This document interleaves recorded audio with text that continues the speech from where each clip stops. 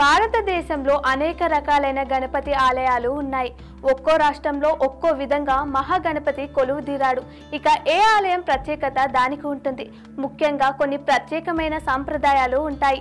అయితే ఇప్పుడు మనం ఒక ఇంట్రెస్టింగ్ న్యూస్ తెలుసుకుందాం. అదేమిటంటే భక్తులు తమ కోరికలను రాసి వినాయకుడికి పంపితే గణపయ్య కోరికలు తీరుస్తాడంట. మరి ఆ ఆలయం ఎక్కడుందో చూద్దాం.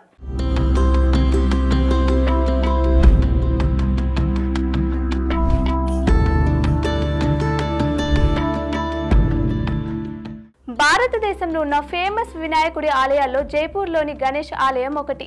ఇక్కడ గణపయ్య బాల గణేశుడి రూపంలో కొలువుదీరాడు. ఇక ఈ ఆలయానికి ఓ ప్రత్యేకమైన ఆచారం ఉంది. అది ఏమిటంటే ఎక్కడైనా సరే దేవుడి ఆలయానికి వెళ్ళి మన మనసులో కోరికలు కోరుకుంటే ఆయన నెరవేరుస్తాడు. కానీ ఇక్కడ మాత్రం తమ కోరికలను లేఖలో రాసి వినాయకుడికి పంపిస్తే ఆయన తమ కోరికలు తీరుస్తాడంట.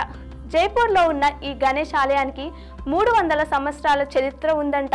దీనిని 18వ శతాబ్దంలో మహారాజా సవాయి జైసింగ్ సిటీ ప్యాలెస్లోని చంద్రమహల్ నుండి టెలిస్కోప్ సహాయంతో గణపతిని చూడగలిగే విధంగా ఆయన ఆలయాన్ని స్థాపించారు. ఈ ఆలయాన్ని చూడడానికి 2 కళ్ళు చాలవంటారు.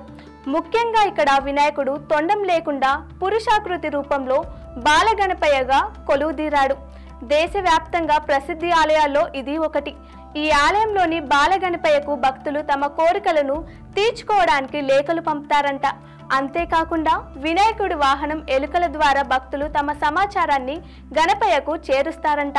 అందుకే ఈ గుడి ప్రాంగణంలో 2 పెద్ద ఎలుకలను ప్రతిష్ఠించారంట. భక్తులు తమ సమస్యలను కోరికలను ఎలుక చెవుల్లో గుసగుసలాడుకుంటారు. ఈ ఎలుకలు భక్తుల సందేశాన్ని నేరుగా గణనాథుడికి తెలియజేస్తాయని, వారి కోరికలు నెరవేరుతాయని నమ్ముతారు. అంతేకాకుండా ఈ టెంపుల్కు ఉన్న ప్రత్యేకత తమ కోరికలను తీర్చుకోవడానికి లేఖలు పంపుతారు. అలాగే వివాహం, కొత్త ఇల్లు, ఉద్యోగం లేదా సంతానం వంటి శుభ సమయాల్లో గణపయ్యకు ఆహ్వానం పంపుతారంట. ఇంకొందరు తమ కోరికలు నెరవేర్చమని వందలాది ఉత్తరాలను ఆలయ చిరునామా రాసి గుడికి పంపిస్తారంట. అవి బాలగణపయ్య పాదాల వద్ద ఉంచుతారంట.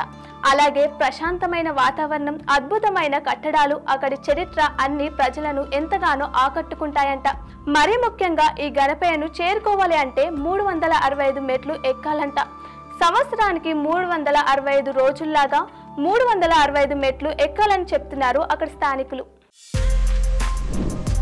For more videos like this, subscribe Big TV channel.